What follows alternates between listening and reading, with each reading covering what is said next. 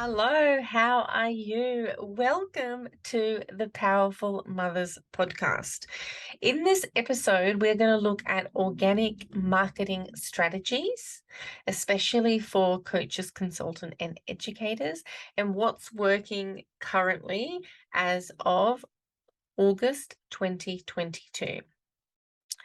If you're new to finding leads and making sales online, then listen carefully. This is a fantastic episode for you, and it will bring a lot of clarity in how people are making these kind of mysterious sales on social media. So, firstly, if you're new, hello, my name is Katie Joy, and I help women craft and sell higher ticket offers so they can make more money with fewer sales. So, for me, that's really has been life changing and has changed the way, my life. I'm able to plan for my life as a single mom of my two boys since being able to do that because I'm able to then deliver a high value service, a very comprehensive service, and work with a smaller number of people and still be able to scale and make those income goals of raising my kids. So it's been absolutely phenomenal, and I really want the same for others. So let's now move into organic marketing. Let's take Instagram as an example, right? So on Instagram, we have posts, uh, and we have reels, and we have stories. So our posts and our reels, we're looking to create content that relates and is around our offers, and that it's going to either entertain, inspire, educate, promote, sell, inform, right? It's around these type of things.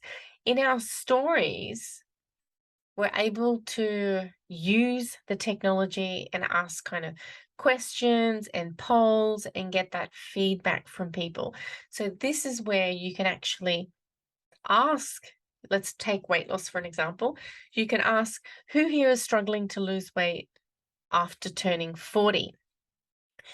And then if people say, yes or no, or you could say, who is struggling and wants to lose weight after 40? Thinking about those type of questions that you put in.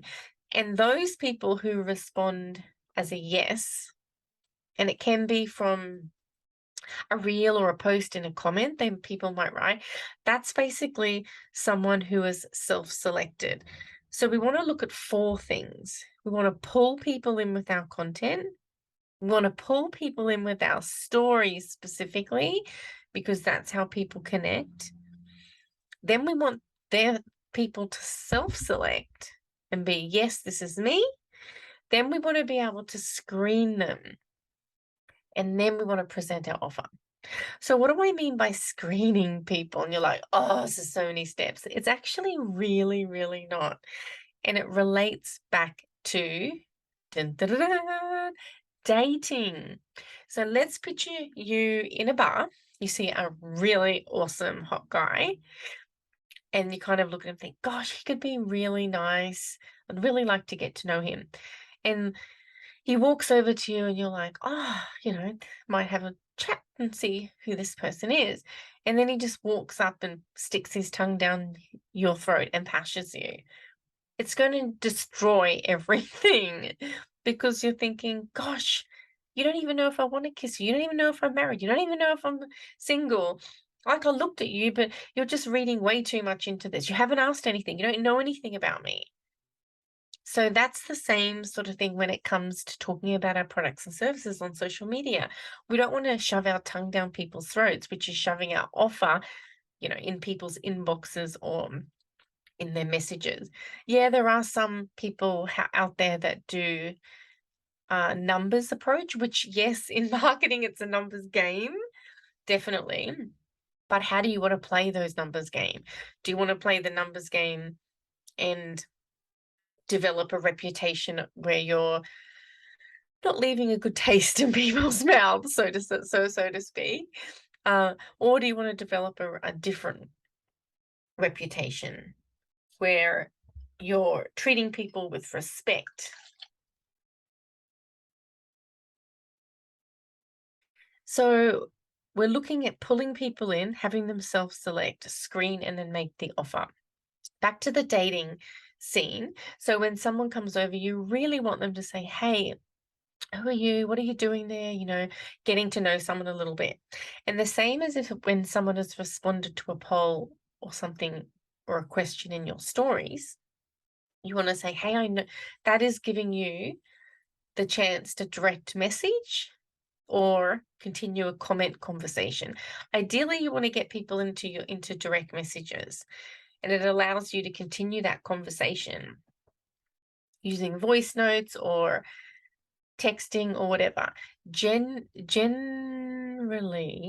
I believe if someone is a text person, it's best to reply in text. If it is a voice note person, it's best to reply in voice note. So using the way how another person feels comfortable. I personally like giving voice notes because then they get the sound of your voice, and sometimes texts are easy to misinterpret. That's my opinion. It's more personal and you can really get a lot from the tone of someone's voice. So when you have someone in this direct message, you can have a flow of conversation, and it would be, okay, I noticed you said that you're having trouble after 40. Do you know why that could be? Or why do you think stopping you? Or what's holding you from it? Do you know why? What have you tried before? And you can get a lot of, and if people respond with a lot of information, then we know that they're potential really interested. So someone's going to invest that time and energy to have thorough responses. Hyper responsive people, we call them, they're likely to mean that's a big pain in their life and they are really keen to find a solution. If someone's got like 1 or 2 word responses, or they don't really reply back and all those sort of things, then it's obviously not a big enough pain, and they're probably less likely going to end up wanting or needing whatever it is that you have to sell. So you look at that, like, how do they respond? And you really want to see if it is a match. Like, is this someone great? Like, can I really help them? Are they a good match for what I have? And if they are, the next step is not to make the offer. It's to ask for permission for the offer. Hey, I noticed you said you were really struggling to lose weight. You've tried, Jenny Gray, you've tried keto, you've tried exercise. Have you tried a combination of mindset encoding and programming and having those weaknesses, which you said that you're waking up and eating at night, or you're eating chocolate when you're stressed? Have you tried to release those triggers before?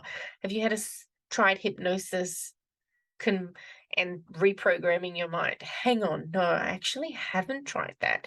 Is that something that you would be interested in exploring? And then it could be a yes or no.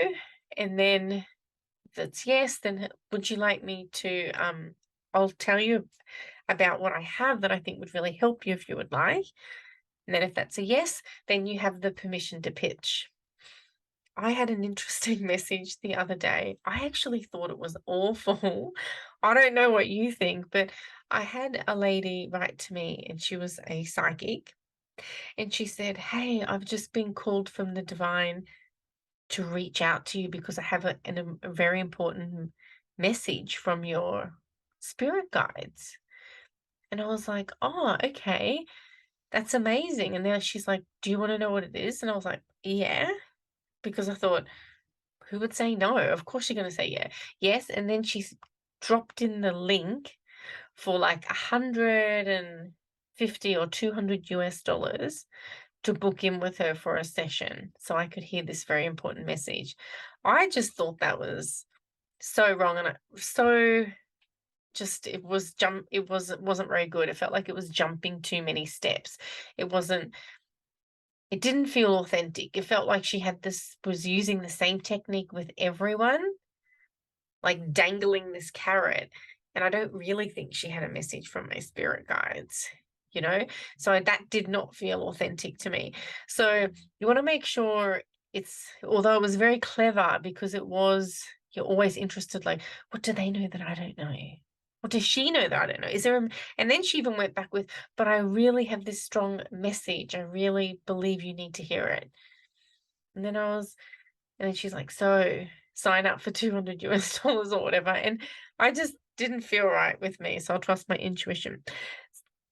But I hope that gives you an example that I think, there's got to be authentic. And then you could say, look, I don't know how psychic people work, but I think she could have said something like, look, um, I can connect with spirit guides, and you look like a person that would really benefit from hearing from them, or something like that would feel a little bit more authentic.